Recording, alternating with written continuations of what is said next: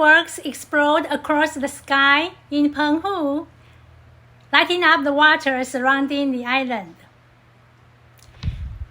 It's a special event that crowds haven't seen in almost 2 years.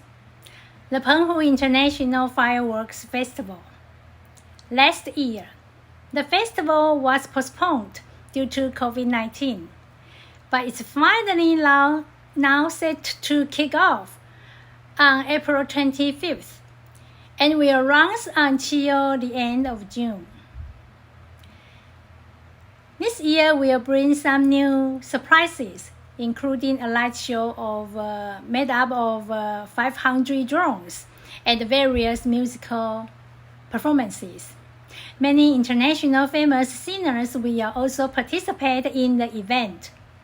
Another big event is Yilan Green Expo, which opens on this weekend and runs until May 8th. This year's expo features a wide array of magnificent flowers and other plants. They also designed a new performance stage to highlight the beauty of Yilan's marine life.